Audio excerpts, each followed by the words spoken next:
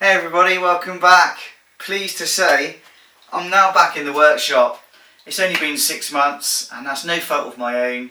If you've been following my journey, you'll know I had issues with Eon.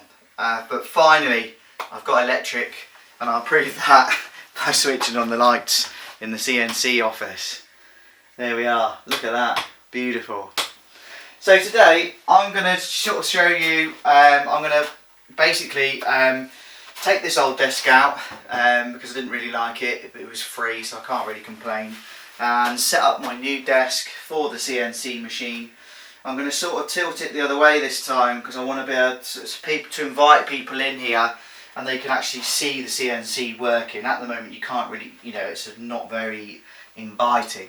So I'm going to literally move all this crap out of the way and then set up the new desk. So I'm going to pause, stop the video and go along, and you can watch me transform the CNC room.